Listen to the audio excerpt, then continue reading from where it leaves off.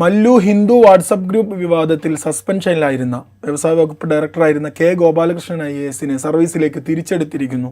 അതേസമയം സസ്പെൻഷനിലായിരുന്ന N Prashant IAS suspension 120 ദിവസത്തേക്ക് കൂടി നീട്ടിയിരിക്കുകയാണ്. ഇൻസൈറ്റിൽ നമ്മൾ ഈ വിഷയം ചർച്ച ചെയ്യുകയാണ്.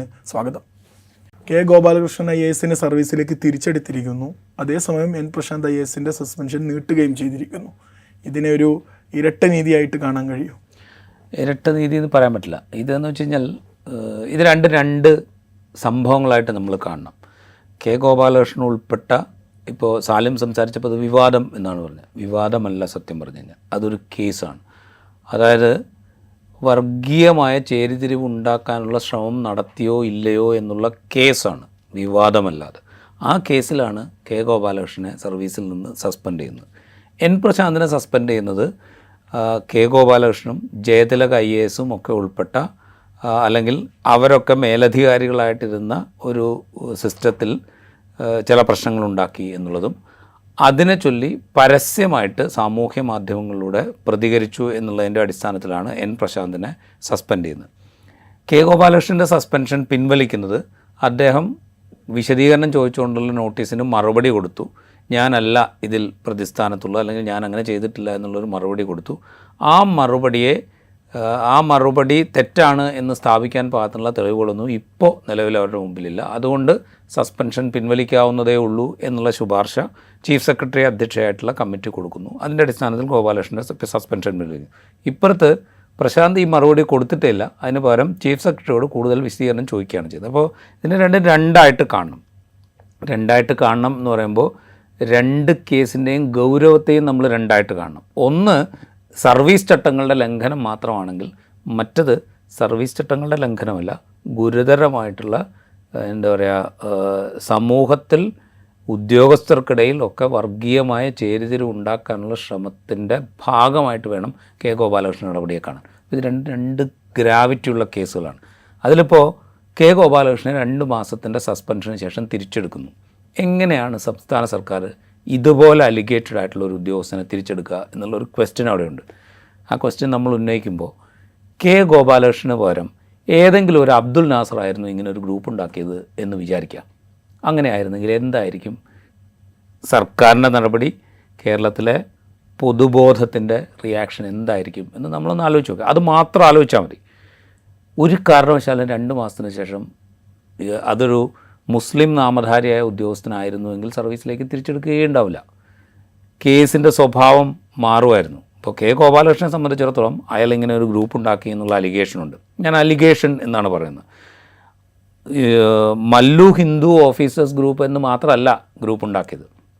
അതുണ്ടാക്കി അതിൻ്റെ അപകടം മനസ്സിലായതിൻ്റെ തൊട്ട് പുറകെ മല്ലു മുസ്ലിം ഓഫീസേഴ്സ് ഗ്രൂപ്പ് എന്ന് പറഞ്ഞൊരു ഗ്രൂപ്പ് കൂടെ അദ്ദേഹം ഉണ്ടാക്കിയതായിട്ട് അലിഗേഷനുണ്ട്. ഇത് പരിശോധിക്കാൻ വിളിച്ചപ്പോൾ അദ്ദേഹത്തിൻ്റെ ഫോൺ 2 തവണ ഫോർമാറ്റ് ചെയ്തതിന് ശേഷം പോലീസ് ഉദ്യോഗസ്ഥർക്ക് മുമ്പാകെ ഹാജരാക്കി എന്നാണ് പോലീസ് ഉദ്യോഗസ്ഥർ തന്നെ പറയുന്നത്. അതായത് കുറ്റകൃത്യം ചെയ്തു എന്ന് മാത്രമല്ല, അതിൻ്റെ തെളിവ് നശിപ്പിക്കാനും കൂടെ കെ ഗോപാലകൃഷ്ണൻ എന്ന് പറയുന്ന IAS ഉദ്യോഗസ്ഥൻ ശ്രമിച്ചു എന്നുള്ളതാണ് പ്രശ്നം. ഇവിടെ നമ്മൾ ഈ IAS ഉദ്യോഗസ്ഥൻ എന്നുള്ളത് പ്രത്യേകമായിട്ട് കാണണം. നമ്മൾ സാധാരണ ഏതെങ്കിലും മനുഷ്യന്മാർ ഏതെങ്കിലും ഒരു കുറ്റകൃത്യത്തിൽ ഏർപ്പെടുകയോ, അതായത് വലിയ വിദ്യാഭ്യാസമൊന്നുമില്ലാത്ത, വലിയ യോഗ്യതയൊന്നുമില്ലാത്ത, ഇതേക്കുറിച്ചൊന്നും കാര്യമായി അറിയാത്ത, നിയമവ്യവസ്ഥകളെക്കുറിച്ച് കാര്യമായിട്ട് അറിയാത്ത, നിയമത്തിൻ്റെ നൂലാമാലകളെക്കുറിച്ച് അറിയാത്ത, അതിൽ ഉൾപ്പെട്ടാലുണ്ടാകുന്ന ആഘാതങ്ങളെക്കുറിച്ചൊന്നും അറിയാത്ത സാധാരണക്കാരായിട്ട് മനുഷ്യന്മാരാരെങ്കിലും ഈ പറയുന്ന പ്രവൃത്തി ചെയ്യുന്നത് പോലെയല്ല അത്യാവശ്യത്തിലധികം വിദ്യാഭ്യാസ യോഗ്യതയുള്ള IAS ലഭിച്ചിട്ടുള്ള, നിയമത്തെക്കുറിച്ചറിയാവുന്ന, ഇതുപോലെയുള്ള വർഗീയ പരാമർശങ്ങൾ നടത്തിയാൽ അത് സമൂഹത്തിൽ ഉണ്ടാക്കാനിടയുള്ള ആഘാതത്തെക്കുറിച്ച് അറിയാവുന്ന ഒരു മനുഷ്യൻ ഈ പണി ചെയ്യുന്നത്. അപ്പോൾ അത്രയും ഗൗരവമുണ്ട് കെ ഗോപാലകൃഷ്ണൻ എന്ന് പറയുന്ന IAS ഉദ്യോഗസ്ഥൻ ചെയ്ത ഈ അല്ലെങ്കിൽ അദ്ദേഹത്തിന് മേലെ അലിഗേറ്റ് ചെയ്യപ്പെടുന്ന ഈ ഗ്രൂപ്പ് ഉണ്ടാക്കലിന്. അത് മാത്രമല്ല, പരിശോധിക്കപ്പെടേണ്ട വിഷയം, നമ്മളിത് നേരത്തെ സംസാരിച്ചപ്പോൾ പറഞ്ഞതുപോലെ തന്നെ, ഇതൊരു ഉദ്യോഗസ്ഥൻ ഉണ്ടാക്കുന്നുണ്ട് എങ്കിൽ ഈ ഉദ്യോഗസ്ഥ ശൃംഖലയിൽ സമാന മനസ്കരായിട്ടുള്ള മറ്റുള്ളവരുള്ളതുകൊണ്ടാണല്ലോ അങ്ങനെ ഒരു ഗ്രൂപ്പ് ഉണ്ടാക്കാൻ കെ ഗോപാലകൃഷ്ണന് തോന്നുന്നത്. അങ്ങനെ ഒരു പ്രശ്നം ഉണ്ടോ ഇല്ലയോ എന്ന് പരിശോധിക്കേണ്ട ഉത്തരവാദിത്വം സംസ്ഥാന സർക്കാരിനുണ്ട്. അത് ഉണ്ടെങ്കിലും ഇല്ലെങ്കിലും ഇങ്ങനെ ഒരു ഗ്രൂപ്പ് ഉണ്ടാക്കാൻ ഈ ഉദ്യോഗസ്ഥൻ ശ്രമിച്ചോ ഇല്ലയോ എന്ന് ഉറപ്പിക്കേണ്ട ഉത്തരവാദിത്വമുണ്ട് സംസ്ഥാന സർക്കാരിന്. അതിന് അന്വേഷിക്കണം, കൃത്യമായിട്ട് അന്വേഷിക്കണം. 2 മാസം കൊണ്ട് അന്വേഷണം തീർന്നില്ലെങ്കിൽ 6 മാസം വരെ സസ്പെൻഷൻ നിർത്താൻ വ്യവസ്ഥയുണ്ട്. 6 മാസം കഴിഞ്ഞും സസ്പെൻഷൻ നിർത്താൻ സംസ്ഥാന സർക്കാരിന് സാധിക്കും. ഇപ്പോൾ മുമ്പ് വിജിലൻസ് DGP ഒക്കെ ആയിരുന്ന ജേക്കബ് തോമസ്, അദ്ദേഹത്തിൻ്റെ രാഷ്ട്രീയ നിലപാടുകൾ ഒരുപക്ഷെ നമുക്ക് വിമർശിക്കാം. അദ്ദേഹം പിന്നീട് BJP പോയി, ഇരിങ്ങാലക്കുട സ്ഥാനാർത്ഥിയായി. അദ്ദേഹത്തിൻ്റെ പൊതുവിലുള്ളൊരു ആറ്റിറ്റ്യൂഡ് അത് തന്നെയായിരുന്നു മുൻകാലം മുതൽ, അതിൽ തർക്കമൊന്നുമില്ല. പക്ഷേ അദ്ദേഹത്തെ സസ്പെൻഷനിൽ നിർത്തിയത്, അദ്ദേഹം IPS ഉദ്യോഗസ്ഥനായിരുന്നു, IAS പോലെ തന്നെ ഓൾ ഇന്ത്യ സർവീസാണ് IPSഉം. അദ്ദേഹത്തെ സസ്പെൻഷനിൽ നിർത്തിയത് 2 വർഷത്തിലധികമാണ് ഇതേ പിണറായി സർക്കാർ. അങ്ങനെ സസ്പെൻഷനിൽ നിർത്താൻ അറിയാവുന്നൊരു ഭരണകൂടമാണ് ഇവിടെ അധികാരത്തിലുള്ളത്. ആ ഭരണകൂടത്തിന് എന്തുകൊണ്ടാണ് ഇതുപോലെ ഗ്രൂപ്പ് ഉണ്ടാക്കി? ഒന്ന് ആലോചിച്ച് നോക്കുക. കേരളത്തിൻ്റെ ഭരണനിർവഹണം മുന്നോട്ട് കൊണ്ടുപോകാൻ ചുമതലപ്പെട്ട ഉദ്യോഗസ്ഥർക്കിടയിൽ വർഗീയമായ ചേരിതിരിവ് ഉണ്ടാക്കാൻ ശ്രമിച്ചു എന്നുള്ളതൊരു ഗൗരവമുള്ള പ്രശ്നമാണ്. അവർ അങ്ങനെ ഒരു ഗ്രൂപ്പ് ഉണ്ടാക്കുകയും അതിനനുസരിച്ച് പ്രവർത്തിക്കുകയും ചെയ്തിരുന്നെങ്കിലുള്ള സ്ഥിതി എന്തായിരിക്കും? അപ്പോൾ ഇത് ഗൗരവമുള്ള പ്രശ്നമാണ്. ആ ഗ്രാവിറ്റിയോടുകൂടെ ആണോ ഗോപാലകൃഷ്ണൻ്റെ കേസ് ഈ സംസ്ഥാന സർക്കാർ കൈകാര്യം ചെയ്തത് എന്നുള്ളൊരു ചോദ്യം അവിടെ നിൽക്കും. അതൊരു പ്രശ്നം തന്നെയാണ്. ഈ ബ്യൂറോക്രാറ്റുകൾക്കിടയിലുള്ള ഈ വർഗീയവൽക്കരണത്തിനുള്ള ശ്രമങ്ങൾ അല്ലെങ്കിൽ അവർ മുഖേന സമൂഹത്തിൽ ഛിദ്രത ഉണ്ടാക്കാനുള്ള ശ്രമങ്ങൾ രാജ്യവ്യാപകമായി തന്നെ നടക്കുന്നുണ്ട് എന്നുള്ള പല ഉദാഹരണങ്ങളും നമുക്ക് കാണാൻ കഴിയും. അതിൻ്റെ കൂട്ടത്തിൽ ഇതിനെടുത്താൽ തന്നെ അപ്പോഴും ഗോപാലകൃഷ്ണൻ IAS അദ്ദേഹം ഈ പോലീസിനൊരു പരാതി കൊടുത്തിട്ടുണ്ടായിരുന്നു. എൻ്റെ ഫോൺ ഹാക്ക് ചെയ്തു, അതിൽ നിന്ന് വാട്സപ്പ് ഗ്രൂപ്പുകൾ ഉണ്ടാക്കിയെന്ന് പറഞ്ഞ് പോലീസിന് ഫോൺ സബ്മിറ്റ് ചെയ്യുന്ന സമയത്ത് 2 തവണ ഫാക്ടറി റീസെറ്റ് ചെയ്തതിന് ശേഷമാണ് അദ്ദേഹം കൊടുക്കുന്നത്. അങ്ങനെയാണെങ്കിൽ പോലീസിന് തെളിയിക്കാൻ കഴിഞ്ഞിട്ടില്ല എന്നുണ്ടെങ്കിൽ, കാരണം മെറ്റയിൽ നിന്ന് അന്വേഷണം തേടിയപ്പോഴൊക്കെ അവർ പറഞ്ഞത് അങ്ങനെ ഒരു ഹാക്കിങ് നടന്നിട്ടില്ല, അത് അദ്ദേഹം തന്നെ ഉണ്ടാക്കിയതാവാമെന്നാണ്. അങ്ങനെയാണെങ്കിൽ ആ വ്യാജ പരാതി അവിടെ ഇല്ലേ? അത് അന്വേഷിക്കേണ്ടതല്ലേ? സ്വാഭാവികമായിട്ടും. അത് മാത്രമല്ല, ബേസിക്കലി ഇങ്ങനെ ഒരു ഗ്രൂപ്പ് ഉണ്ടാക്കി എന്നുള്ള അലിഗേഷൻ വന്നു, അതിൻ്റെ സ്ക്രീൻഷോട്ടുകൾ പ്രചരിച്ചു. സർക്കാരിന് ഈ ഉദ്യോഗസ്ഥർക്കിടയിൽ വർഗീയ വിദ്വേഷം വമിപ്പിക്കാൻ പാകത്തിനോ അല്ലെങ്കിൽ വർഗീയ ചേരിതിരിവ് ഉണ്ടാക്കാൻ പാകത്തിനോ ഏതെങ്കിലും ഒരാൾ ഇങ്ങനെ ഗ്രൂപ്പ് ഉണ്ടാക്കിയിട്ടുണ്ടോ ഇല്ലയോ എന്ന് പരിശോധിക്കാനും അത് ജനങ്ങളോട് പറയാനുള്ള ഉത്തരവാദിത്വമുണ്ട്. അത് സർക്കാർ ചെയ്തിട്ടില്ല, ഒന്നാമത്തെ കാര്യം. രണ്ടാമത്തെ കാര്യം, ഇദ്ദേഹം ഒരു വ്യാജ പരാതി കൊടുത്തിട്ടില്ല. എൻ്റെ ഫോൺ ഹാക്ക് ചെയ്തുകൊണ്ടാണ് അങ്ങനെ ചെയ്തിട്ട് എന്നൊരു വ്യാജ പരാതിയാണ് കൊടുത്തതെങ്കിൽ അത് പരിശോധിക്കാൻ ഇപ്പോൾ വലിയ ബുദ്ധിമുട്ടൊന്നുമില്ല എന്ന് സാമാന്യം പോലെ ഈ സാങ്കേതികവിദ്യയെക്കുറിച്ച് അറിയുന്ന മനുഷ്യന്മാർക്കൊക്കെ അറിയാം. ഇപ്പോൾ മെറ്റയോട് ചോദിച്ചു, ഇത് ഹാക്ക് ചെയ്തിട്ടുണ്ടോ എന്ന് പറഞ്ഞാൽ വാട്സപ്പിലാണല്ലോ ഇത് സംഭവം നടക്കുന്നത്. വാട്സപ്പിൻ്റെ കമ്പനി എന്ന് പറയുന്നത് മെറ്റയുടെ കീഴിലാണ് വാട്സപ്പ് പ്രവർത്തി. അപ്പോൾ മെറ്റയോടാണ് ചോദിക്കുക, ഇത് ഹാക്ക് ചെയ്യപ്പെട്ടിട്ടുണ്ടോ, അങ്ങനെയാണ് ഇത് ഗ്രൂപ്പ് ഉണ്ടാക്കിയിരിക്കുന്നതെന്ന് അവരോട് ചോദിച്ചാൽ അവരതിന് മറുപടി തരും. അവർ മറുപടി കൊടുത്തിട്ടുണ്ട്, ഇത് ഹാക്ക് ചെയ്യപ്പെട്ടതല്ല, ഇത് ക്രിയേറ്റ് ചെയ്തതാണ് എന്ന് അവർ പറയുന്നുണ്ട്. ഒരു ഗ്രൂപ്പല്ല ക്രിയേറ്റ് ചെയ്തതെന്ന് ഞാൻ നേരത്തെ പറഞ്ഞു. ഇത് പ്രശ്നമാവുമെന്ന് കണ്ടപ്പോൾ വേറൊരു റിലീജിയസ് എന്താ പറയുക, ഡിനോമിനേഷൻ്റെ പേരിൽ വേറൊരു ഗ്രൂപ്പുണ്ട്. വെച്ചാൽ ഇത് ബാലൻസ് ചെയ്യണമെങ്കിൽ വേറൊരു ഗ്രൂപ്പിൻ്റെ പേരിൽ ഒരു ഗ്രൂപ്പ് ഉണ്ടാക്കിയാൽ മതി എന്ന ബോധ്യത്തിലാണ് ആ ഉദ്യോഗസ്ഥൻ പ്രവർത്തിക്കുന്നത്. അതാണ് അദ്ദേഹത്തിൻ്റെ ഒരു മാനസിക നിലവാരം. അതാണ് നമ്മൾ മനസ്സിലാക്കേണ്ടത്. അങ്ങനെയാണോ ആ ഉദ്യോഗസ്ഥൻ്റെ മാനസിക നിലവാരം? അങ്ങനെയാണോ ആ ഉദ്യോഗസ്ഥൻ പ്രവർത്തിച്ചത്? ആ ഉദ്യോഗസ്ഥനെ വീണ്ടും സർവീസിൽ വെച്ചുകൊണ്ടിരിക്കുന്നത് ഉചിതമാണോ എന്നുള്ളതൊക്കെ ജനത്തോട് പറയേണ്ട ഉത്തരവാദിത്തം ജനാധിപത്യ രീതിയിൽ തിരഞ്ഞെടുക്കപ്പെട്ട ഈ സർക്കാരിനുണ്ട്. സർക്കാർ അതല്ല ഇപ്പോൾ ചെയ്യുന്നത്. 2 മാസം കഴിയുമ്പോൾ അദ്ദേഹത്തെ സർവീസിലേക്ക് തിരിച്ചു. അതിന് പല കാരണങ്ങൾ വേണമെങ്കിൽ പറയാം സർക്കാർ. കാരണം വെച്ച് കഴിഞ്ഞാൽ ഇപ്പോൾ സസ്പെൻഷൻ നീട്ടിക്കൊണ്ടുപോകാൻ പറ്റില്ല എന്ന് വേണമെങ്കിൽ പറയാം. അന്വേഷണത്തിൽ പ്രത്യേകിച്ചൊന്നും കണ്ടെത്തിയില്ല ഇതുവരെ എന്ന് പറയാം. സർവീസിൽ തിരിച്ചെടുത്താലും ക്രിമിനൽ കേസിൽ അന്വേഷണം തുടരുന്നുണ്ട്, അല്ലെങ്കിൽ വകുപ്പ് തല അന്വേഷണം തുടരുന്നുണ്ട് എന്ന് വേണമെങ്കിൽ പറയാം. അതിലുപരിയായിട്ട് മറ്റ് പൊളിറ്റിക്കൽ റീസൺസ് പറയാം. അപ്പോൾ ഏതെങ്കിലും ഒരു IAS ഉദ്യോഗസ്ഥനെതിരെ നടപടി എടുത്തു കഴിഞ്ഞാൽ സംസ്ഥാനത്ത് IAS ലോബി എൻറ്റയറായിട്ട് ഗവൺമെൻറ്റിനെതിരെ തിരിയും. ഗവൺമെൻറ് ഉദ്ദേശിക്കുന്ന വിധത്തിൽ അവർ പ്രവർത്തിക്കില്ല. അപ്പോൾ അത്തരം ഒരു സിറ്റുവേഷനിലേക്ക് പോകാൻ പറ്റില്ല എന്നൊക്കെ വേണമെങ്കിൽ പറയാം. പക്ഷേ ഇതൊന്നും രാഷ്ട്രീയമായി ശരിയല്ല. കാരണം ഇങ്ങനൊരു പ്രോബ്ലം നടന്നിട്ടുണ്ടോ ഇല്ലയോ, ഇത് പുറത്തേക്ക് വന്നു, ജനങ്ങളുടെ മുമ്പിലുണ്ട്, ഇങ്ങനൊരു അലിഗേഷൻ ഉണ്ടെന്ന്, ഈ ഉദ്യോഗസ്ഥൻ അത് ചെയ്തോ ഇല്ലയോ എന്ന് അന്വേഷിച്ച് കണ്ടെത്തേണ്ട ഉത്തരവാദിത്തം സർക്കാരിനുണ്ട്. ആ അന്വേഷിക്കേണ്ട ഏജൻസികൾ പോലീസാണ്, അല്ലെങ്കിൽ മറ്റ് സിവിൽ സർവൻസാണ്, ഒക്കെയാണ്. പക്ഷേ അവരെ കൊണ്ട് ഇത് ചെയ്യിക്കുക എന്ന് പറഞ്ഞ പണിയാണ് സർക്കാർ. അത് സർക്കാർ ചെയ്യാത്തിടത്തോളം കാലം ഈ പറഞ്ഞ ന്യായങ്ങളൊന്നും നിൽക്കില്ല. ഇപ്പോൾ സാലിം ചോദിച്ച പോലെ തന്നെ അവിടെ ഒരു വ്യാജ പരാതി ഉണ്ടെങ്കിൽ ഇത് വ്യാജ പരാതിയാണ് എന്ന് അന്വേഷിച്ച് ബോധ്യപ്പെടുത്തണ്ടേ, അല്ലെങ്കിൽ പറയണ്ടേ? ഏതെങ്കിലും ഒരു ഗോപാലകൃഷ്ണനോട് തന്നെ പറയണ്ടേ, നിങ്ങൾ തന്നത് വ്യാജ പരാതിയാണ് എന്ന് ആ ഉദ്യോഗസ്ഥനോടെങ്കിലും പറയണ്ടേ? അതുപോലും ഇതേവരെ ചെയ്തതായിട്ട് നമ്മുടെ അറിവിലില്ല. അപ്പോൾ ഇതങ്ങനെ എന്താ പറയുക 2 മാസമായി സസ്പെൻഷൻ അതുകൊണ്ട് തിരിച്ചെടുക്കുന്നു എന്ന കേവല ന്യായം കൊണ്ട് പരിഹരിക്കാവുന്നൊരു പ്രശ്നമായിട്ട് എനിക്ക് തോന്നുന്നില്ല. തീർച്ചയായും ഇത്തരം അവസരങ്ങളൊക്കെ ഉണ്ടായിട്ടും സർക്കാർ ഒന്നും ചെയ്യാതിരിക്കുന്നത് കാണുമ്പോൾ തന്നെ നമുക്ക് അതിലെന്തോ പന്തികേട് മണക്കുന്നുണ്ട്. നമ്മൾ പ്രശാന്തിൻ്റെ സസ്പെൻഷൻ നീട്ടിയതിലേക്ക് വരാം. പ്രശാന്തിന് അത് ഈ മെമ്മോക്ക് മറുപടി കൊടുക്കുന്നതിന് പകരം ചീഫ് സെക്രട്ടറിയോട് തിരിച്ച് ചില ചോദ്യങ്ങൾ ചോദിക്കുകയാണ് പ്രശാന്ത് ചെയ്തിട്ടുള്ളത്. അതിന് ചീഫ് സെക്രട്ടറി ഇന്ന് നൽകിയത്, അതായത് ആദ്യം മറുപടി തരൂ, എങ്കിൽ നിങ്ങൾക്ക് എല്ലാ തെളിവുകളും പരിശോധിക്കാനുള്ള അവസരങ്ങൾ നൽകാമെന്ന് ചീഫ് സെക്രട്ടറി പറയുകയുണ്ടായി. നമ്മൾ കഴിഞ്ഞ തവണ സംസാരിച്ചപ്പോഴും പ്രശാന്ത് എന്ന ഒരു അദ്ദേഹത്തിൻ്റെ IAS എന്ന IAS പദവിയിലിരിക്കുന്ന ഉദ്യോഗസ്ഥൻ്റെ മനോഭാവത്തെക്കുറിച്ച് നമ്മൾ ചർച്ച ചെയ്തിട്ടുണ്ടായിരുന്നു. ഇങ്ങനെ ചീഫ് സെക്രട്ടറിയോട് തിരിച്ച് ചോദ്യങ്ങൾ ചോദിക്കുമ്പോൾ ആ മനോഭാവത്തിന് സസ്പെൻഷൻ കാരണമായി അദ്ദേഹത്തിലൊരു മാറ്റം വരുത്താൻ സാധിച്ചിട്ടില്ല എന്നല്ല മനസ്സിലായത്.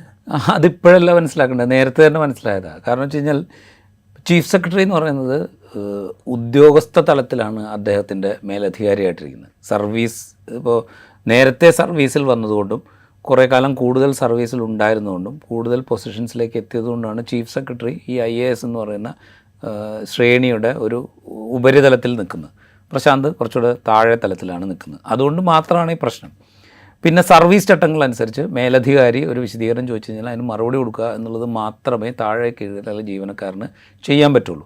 അല്ലാതെ നിങ്ങൾ എന്തിനാണ് ഈ നോട്ടീസ് നൽകുന്നത് എന്നുള്ളൊരു ഇത് തിരിച്ചു ചോദിച്ചു കഴിഞ്ഞാൽ സ്വാഭാവികമായിട്ടും ഇപ്പോൾ വേറെ ഏതെങ്കിലും ഒരു സർവീസിലാണെങ്കിൽ അയാൾ അപ്പോൾ പറഞ്ഞു വിടും. ഇപ്പോൾ സ്വകാര്യ സ്ഥാപനങ്ങളിലൊക്കെ ആണെങ്കിൽ ഏതെങ്കിലും ഒരു കാര്യത്തിന് എക്സ്പ്ലനേഷൻ ചോദിച്ചിട്ട് നിങ്ങൾ എന്തിനാണ് ഈ എക്സ്പ്ലനേഷൻ ചോദിച്ചതെന്ന് തിരിച്ചു ചോദിച്ചു കഴിഞ്ഞാൽ അപ്പോൾ പറഞ്ഞു വിടും. സർക്കാർ സർവീസ് ആയതുകൊണ്ട് അതിനൊരു നടപടിക്രമങ്ങളുണ്ട്. IAS ആയതുകൊണ്ട് കൂടുതൽ നടപടിക്രമങ്ങളുണ്ട്. ആ നടപടിക്രമങ്ങളിലേക്കാണ് ഇത് പോയിക്കൊണ്ടിരിക്കുന്നത്. അപ്പോൾ അത്രയേ ഉള്ളൂ പ്രശാന്തിൻ്റെ ഈ പ്രശ്നം. നേരത്തെ മുതൽ തന്നെ ഇതേ മനോഭാവം പ്രശാന്ത് കാണിക്കുന്നുണ്ട്. അപ്പോൾ നമ്മളന്ന് സംസാരിച്ചോ പറഞ്ഞല്ലോ, ഇപ്പോൾ കോഴിക്കോട് MP ആയിരുന്ന, അല്ലെങ്കിൽ ഇപ്പോഴും MP ആയിരിക്കുന്ന MK രാഘവനും പ്രശാന്തും തമ്മിലുള്ള തർക്കം ഉണ്ടായ സമയത്ത് കുന്നംകുളത്തിൻ്റെ മാപ്പിട്ട ആളാണ് പ്രശാന്ത് എന്ന് പറയുന്ന അന്നത്തെ ജില്ലാ കളക്ടർ. അന്ന് അദ്ദേഹത്തിനെ വാഴ്ത്താനൊക്കെ ഒരുപാട് ആളുകളുണ്ട്. ഇപ്പോൾ ബോബി ചെമ്മണ്ണൂരിനെ വാഴ്ത്തുന്ന പോലെ വാഴ്ത്തും. രണ്ടുപേരും തമ്മിൽ കമ്പാരിസൺ ഇല്ല കേട്ടോ, ഒരു കാരണവശാലും അങ്ങനെ തെറ്റിദ്ധരിക്കരുത്. പക്ഷേ ഇത്തരം ആളുകളൊക്കെ വാഴ്ത്താൻ ആളുകളുണ്ടാവും. അന്നും അദ്ദേഹത്തെ വാഴ്ത്താൻ ഒരുപാട് കളക്ടർ ബ്രോ എന്നൊക്കെ പറഞ്ഞ അപദാനങ്ങൾ പാടിയ ആളുകളുണ്ടായിരുന്നു. ഒന്ന് ആലോചിച്ച് നോക്കുക, ജനങ്ങൾ തിരഞ്ഞെടുത്ത ഒരു ജനപ്രതിനിധി എവിടെ നിൽക്കുന്നു, ഒരു ഉദ്യോഗസ്ഥൻ എവിടെ നിൽക്കുന്നു എന്ന് മനസ്സിലാക്കുക എന്നുള്ളത് IAS പഠിക്കുന്ന ഘട്ടത്തിൽ പഠിക്കേണ്ട ഒരു കാര്യമാണ്.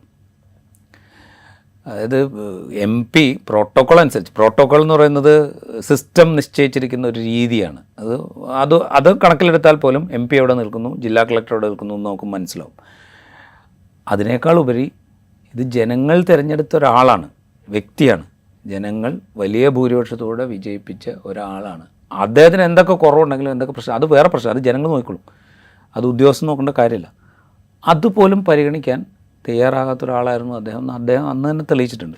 അതിൻ്റെ തുടർച്ചയാണ് നമ്മൾ ഈ ഘട്ടങ്ങളിലൊക്കെ കാണുന്നത്. അതുകൊണ്ടാണ് മേഴ്സിക്കുട്ടിയമ്മ ആരാണ് എന്ന് പ്രശാന്ത് പിന്നീട് ചോദിക്കുന്നത്.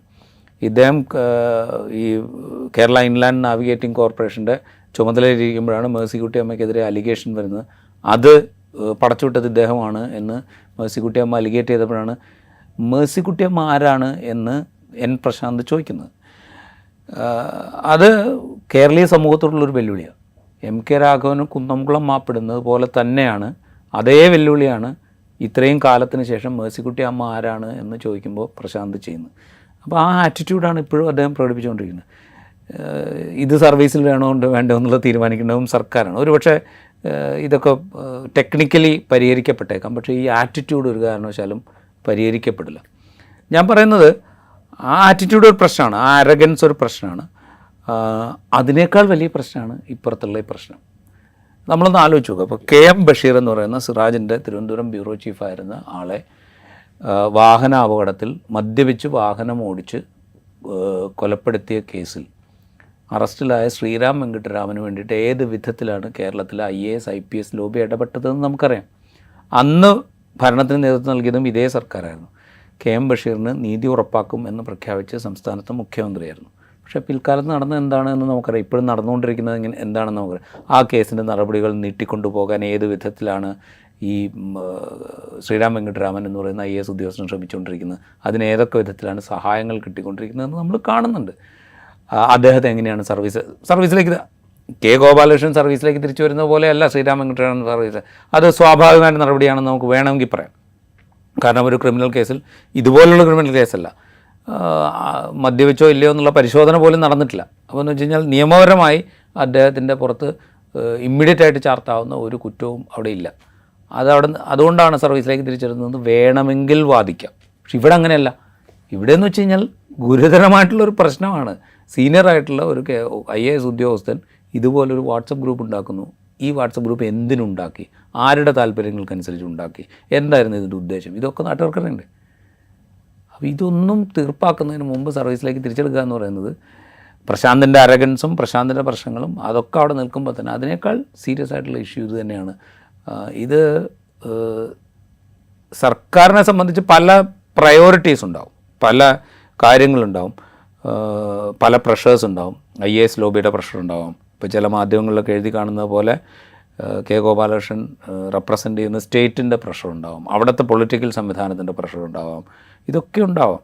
പക്ഷേ ഈ ഭരണത്തിന് നേതൃത്വം നൽകുന്ന ഒരു മുന്നണിയും അതിന് നേതൃത്വം നൽകുന്ന പാർട്ടിയും മുന്നോട്ട് വയ്ക്കുന്ന ഒരു പൊളിറ്റിക്കൽ ഫിലോസഫി ഉണ്ട്. ആ ഫിലോസഫി നാട്ടുകാരോട് പറഞ്ഞിട്ടുണ്ട്. അത് ഞങ്ങൾ മതനിരപേക്ഷ ജനാധിപത്യത്തിന് വേണ്ടി നിലകൊള്ളുന്നവരാണ് എന്നാണ്. അതിന് വിരുദ്ധമായിട്ടുള്ളൊരു കാര്യം സർക്കാർ സർവീസിലുള്ള ഒരാൾ ചെയ്യുന്നുണ്ട് എങ്കിൽ അത് ഫിക്സ് ചെയ്യുക എന്നുള്ള ഉത്തരവാദിത്തം ഭരണ നേതൃത്വത്തിനുണ്ട്. ഇത് അവിടെ മാത്രമല്ല കേട്ടോ, മറ്റ് തലങ്ങളിലും ഇപ്പോൾ പോലീസ് സേനയിൽ ഇതേപോലുള്ള അലിഗേഷൻ ഉണ്ടായിരുന്നു. ഇപ്പോൾ PFIയുടെ ചില ഗ്രൂപ്പുകൾ പ്രവർത്തിക്കുന്നു എന്നുള്ള ആക്ഷേപം ഉണ്ടായിരുന്നു. അത് ഫിക്സ് ചെയ്തോ എന്നുള്ള ക്വസ്റ്റ്യനും അവിടെ ഉണ്ട്. അത് പക്ഷേ ഇത്രത്തോളം സീനിയർ ലെവലിലുള്ളൊരു പ്രശ്നമായിരുന്നില്ല, ചില താഴെ തലത്തിലുള്ള ഉദ്യോഗസ്ഥരുടെ ഏർപ്പാടായിരുന്നു എന്നാണ് അലിഗേഷൻ ഉള്ളത്. അതും അലിഗേഷനായിട്ടാണ് ഞാൻ പറയുന്നത്.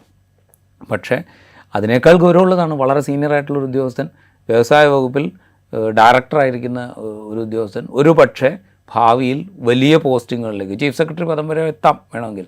അങ്ങനെ ആ സാധ്യതയുള്ളൊരു ഉദ്യോഗസ്ഥൻ ഈ പണി ചെയ്യുന്നു എന്നുണ്ടെങ്കിൽ ഇതേ മനനിലയുള്ള ഉദ്യോഗസ്ഥരാണോ ഈ സ്ഥാപനത്തിൽ ഈ ലെവലിലൊക്കെ ഉള്ളത് എന്ന് പരിശോധിക്കേണ്ട ഉത്തരവാദിത്തം സംസ്ഥാന സർക്കാരിനുണ്ട്. ഈ റിവ്യൂ കമ്മിറ്റി അതിൽ ജയതിലക് IAS ഉണ്ട്. അവർ ഈ കെ ഗോപാലകൃഷ്ണൻ്റെ മറുപടി പരിശോധിച്ച് ഞങ്ങൾക്ക് കുഴപ്പമൊന്നുമില്ല, ഇനി തീരുമാനം മുഖ്യമന്ത്രി എടുക്കട്ടെ എന്ന് പറഞ്ഞ് മുഖ്യമന്ത്രിയുടെ ഓഫീസിലേക്ക് ഫയൽ അയക്കുകയാണ് ചെയ്തിട്ടുള്ളത്. അങ്ങനെയാണെങ്കിൽ ഈ തിരിച്ചെടുക്കൽ മുഖ്യമന്ത്രിയുടെ കൂടി അറിവോട് കൂടിയാണ്, അല്ലെങ്കിൽ സമ്മതത്തോടു കൂടിയാണ് എന്ന് നമുക്ക് കരുതാൻ പറ്റും. ഈ ജയതിലക് IAS ഉൾപ്പെടുന്ന റിവ്യൂ കമ്മിറ്റിയാണ് ഇത് പരിശോധിച്ചത്. അവരാണ് പ്രശാന്തിൻ്റെ സസ്പെൻഷൻ നീട്ടി നൽകാൻ തീരുമാനിച്ചിട്ടുള്ളത്. പ്രശാന്തിൻ്റെ സസ്പെൻഷന് കാരണമായ ഒരു സംഭവം ജയതിലകിനെ കൂടി കുറ്റം പറഞ്ഞ സാഹചര്യം, ഗോപാലകൃഷ്ണനുണ്ട്, അവരെ കുറ്റം പറഞ്ഞ സാഹചര്യത്തിലാണ്. അങ്ങനെയാണെങ്കിൽ ഈ മെമ്മോക്ക് മറുപടി നൽകിയില്ല എന്നതിന് പുറമെ മറ്റെന്തെല്ലാം ഘടകങ്ങൾ ഈ സസ്പെൻഷൻ നീട്ടി നൽകലിലേക്കും കെ ഗോപാലകൃഷ്ണൻ്റെ തിരിച്ചെടുക്കലിലേക്കും നയിച്ചിട്ടുണ്ടാകും. അല്ല, ഇതെന്ന് വെച്ച് കഴിഞ്ഞാൽ ഇപ്പം ജയതിലക് എന്ന് പറഞ്ഞു കഴിഞ്ഞാൽ ഇപ്പോൾ നമ്മൾ ചീഫ് സെക്രട്ടറി ആയിരിക്കുന്ന ശാരദാ മുരളീധരൻ്റെ കാര്യം പറഞ്ഞ പോലെ സംസ്ഥാന സർക്കാർ സർവീസിൽ ദീർഘകാലത്തെ സേവന പാരമ്പര്യമുള്ളൊരു ഉദ്യോഗസ്ഥനാണ്. പല പൊസിഷൻസിൽ ഇപ്പോൾ അഡീഷണൽ ചീഫ് സെക്രട്ടറിയാണ് അദ്ദേഹം.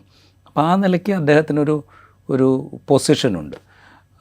ആ പൊസിഷൻ അദ്ദേഹം ഉപയോഗപ്പെടുത്തിയിട്ടുണ്ടാവും എന്ന് നമ്മൾ വിചാരിക്കണം. ഇതിൽ ഇപ്പോൾ കെ ഗോപാലകൃഷ്ണനെ ഇതേ അലിഗേഷൻ നിലനിൽക്കെ തിരിച്ചെടുക്കുന്നതിനോടൊപ്പം ജയതിലകും കെ ഗോപാലകൃഷ്ണൻ ഉൾപ്പെട്ട ഒരു ഇഷ്യൂവിലാണ് പ്രശാന്തിൻ്റെ സസ്പെൻഷൻ വരുന്നത്. അപ്പോൾ പ്രശാന്തിൻ്റെ സസ്പെൻഷൻ നീട്ടി വയ്ക്കുക എന്നുള്ളത് ജയതിലകിൻ്റെ ഒരു താല്പര്യമാകും എന്നുള്ളത് ഡെഫിനറ്റാണ്, ഒരു തർക്കമില്ല. കാരണം വെച്ചാൽ ഡയറക്റ്റ്ലി ജയതിലകിൻ്റെ അതോറിറ്റിയാണ് പ്രശാന്ത് ക്വസ്റ്റ്യൻ ചെയ്തത്. അത് ചട്ടമനുസരിച്ച് ശരിയല്ല എന്നുള്ളത് തർക്കമറ്റ സംഗതിയാണ്. IAS പദവിയിലിരിക്കുന്ന ഒരു ഉദ്യോഗസ്ഥൻ സാമൂഹ്യ മാധ്യമത്തിലൂടെയാണോ ഇത്തരം കാര്യങ്ങൾ ഉന്നയിക്കേണ്ടത് എന്നുള്ളത് ഒരു പ്രശ്നം തന്നെയാണ്, അത് തർക്കമൊന്നുമില്ല. പക്ഷേ ജയതിലകിനെ സംബന്ധിച്ച് അത് വ്യക്തിപരമായ ഈഗോയുടെ കൂടെ പ്രശ്നമാണ്. ജയതിലകും ഗോപാലകൃഷ്ണനും ഉൾപ്പെടുന്ന ഡിപ്പാർട്ട്മെൻറ്റുമായി റിലേറ്റ് ചെയ്ത ഒരു കേസിലാണ് പ്രശാന്ത് സസ്പെൻഷനിലാവുന്നത്. അപ്പോൾ ഗോപാലകൃഷ്ണനെ തിരിച്ചെടുക്കുന്നു, നിൻ്റെ സസ്പെൻഷൻ നീട്ടുന്നു എന്നുള്ളൊരു മെസ്സേജ് കൊടുക്കുക എന്നുള്ളതാണ് ജയതിലക് ഉൾപ്പെട്ട കമ്മിറ്റി ഇതിലൂടെ ചെയ്യുന്നത്. ആ പ്രശ്നം അവിടെ ഉണ്ട്, അതിൽ തർക്കമൊന്നുമില്ല. അപ്പോൾ പോലും ഈ കമ്മിറ്റി എന്തടിസ്ഥാനത്തിലാണ് ഞങ്ങളുടെ വകുപ്പ് തല അന്വേഷണത്തിൽ ഇതുമായി റിലേറ്റ് ചെയ്ത്, അതായത് കെ ഗോപാലകൃഷ്ണനെതിരെ അലിഗേഷനുമായി ബന്ധപ്പെട്ട കാര്യങ്ങളിൽ തെളിവൊന്നും കിട്ടിയിട്ടില്ല എന്ന് പറയുന്നത് ഇത് വകുപ്പ് തല അന്വേഷണം കൊണ്ട് തീരുമാനിക്കാവുന്ന ഒരു കാര്യമല്ലല്ലോ. ഇതൊരു ക്രിമിനൽ ഒഫൻസാണല്ലോ, ഗൗരവതരമായൊരു ക്രിമിനൽ ഒഫൻസാണ്. അത് പോലീസ് അന്വേഷിക്കേണ്ടതാണ്, ശാസ്ത്രീയമായ തെളിവുകൾ വേണ്ടതാണ്, ഫോറൻസിക് പരിശോധനകൾ നടക്കേണ്ടതാണ്. ഇപ്പോൾ മെറ്റയിൽ നിന്നുള്ള വിവരങ്ങൾ എന്താണ് എന്നുള്ളത് പോലീസ് പരിശോധിക്കേണ്ടതാണ്. ഇതൊക്കെ ക്രിമിനൽ നടപടി ചട്ടപ്രകാരം നടക്കേണ്ട കാര്യങ്ങളാണ്. അന്വേഷണം തുടരുമെന്ന് പറഞ്ഞിട്ടുണ്ട്. അതൊരു സർവീസിൽ സർവീസിൽ തിരിച്ചെടുത്താണ്. അതെ, അത് ഏത് തരത്തിലായിരിക്കും അന്വേഷണം തുടരുക ഇനി? അപ്പോൾ ഈ ക്വസ്റ്റ്യൻ അവിടെ ഒരു പ്രശ്നമാണ്. ഇപ്പോൾ ADGP MR അജിത് കുമാറിനെതിരായ അന്വേഷണം അദ്ദേഹം ക്രമസമാധാന പാലന ചുമതലയുള്ള ADGP ആയി തുടരുമ്പോൾ ഏത് വിധത്തിലാണ് നടക്കുക എന്നുള്ള ചോദ്യം ഉന്നയിച്ച പോലെ തന്നെയാണ് കെ ഗോപാലകൃഷ്ണൻ സർവീസിൽ തിരിച്ചെത്തിയതിന് ശേഷം അദ്ദേഹത്തെ തിരിച്ചെടുക്കാൻ പാകത്തിലുള്ള IAS ലോബി അവിടെ വർക്ക് ചെയ്യുമ്പോൾ ഈ അന്വേഷണം ഏത് തരത്തിൽ മുമ്പോട്ട് പോകുമെന്നുള്ള ക്വസ്റ്റ്യൻ. ഈ പ്രശ്നം അവിടെ ഉണ്ട്. എന്താണെങ്കിലും അതിലേക്ക് കോൺട്രിബ്യൂട്ട് ചെയ്യുന്ന ഘടകങ്ങളാണ് ഈ പറയുന്ന പ്രശാന്തുമായി റിലേറ്റ് ചെയ്ത തർക്കങ്ങൾ കൂടി അതിനകത്തേക്ക് കോൺട്രിബ്യൂട്ട് ചെയ്തിട്ടുണ്ടാകും. കാരണം പ്രശാന്തുമായിട്ടുള്ള തർക്കത്തിൽ ഇപ്പുറത്ത് നിൽക്കുന്ന AG തിലകും കെ ഗോപാലകൃഷ്ണനുമാണ് എന്നുള്ളതുകൊണ്ട് അതുകൂടെ അതിനകത്തേക്ക് കോൺട്രിബ്യൂട്ട് ചെയ്തിട്ടുണ്ടാകും. അത്രയേ ഉള്ളൂ. ഏതായാലും ഉദ്യോഗസ്ഥർക്കിടയിൽ ഇങ്ങനെയുള്ള സമൂഹത്തിൽ വർഗീയത പരത്താൻ പാകത്തിലുള്ള മനോഭാവം നിലനിൽക്കുന്നുണ്ടെങ്കിൽ അതിന് തടയിടേണ്ടത്, അതിലേക്ക് നയിക്കുന്ന പ്രവണതകളെ തടയിടേണ്ടത് എല്ലാം സർക്കാരിൻ്റെ ഉത്തരവാദിത്തമാണ്. അത് സർക്കാർ ചെയ്യാത്തിടത്തോളം കാലം സർക്കാർ പ്രതിപട്ടികയിൽ അല്ലെങ്കിൽ സംശയം മുൻപിൽ തന്നെ നിൽക്കും. നടപടികൾ ഉണ്ടാവട്ടെ. നമ്മുടെ ഉദ്യോഗസ്ഥർക്കിടയിലുള്ള ഇത്തരം മനോഭാവങ്ങളൊക്കെ മാറ്റിവെച്ച് സംസ്ഥാനത്തിൻ്റെ ഭരണം, സംസ്ഥാനത്തിൻ്റെ അഡ്മിനിസ്ട്രേഷൻ നല്ല നിലയിൽ തന്നെ പുരോഗമിക്കട്ടെ. പുഴുക്കുത്തുകളൊക്കെ മാറി നിൽക്കാൻ ഇതൊരു കാരണമാകട്ടെ. ഈ ഇൻസൈറ്റ് ഇവിടെ പൂർണ്ണമാകുന്നു. മറ്റൊരു എപ്പിസോഡുമായി വീണ്ടും കാണാം.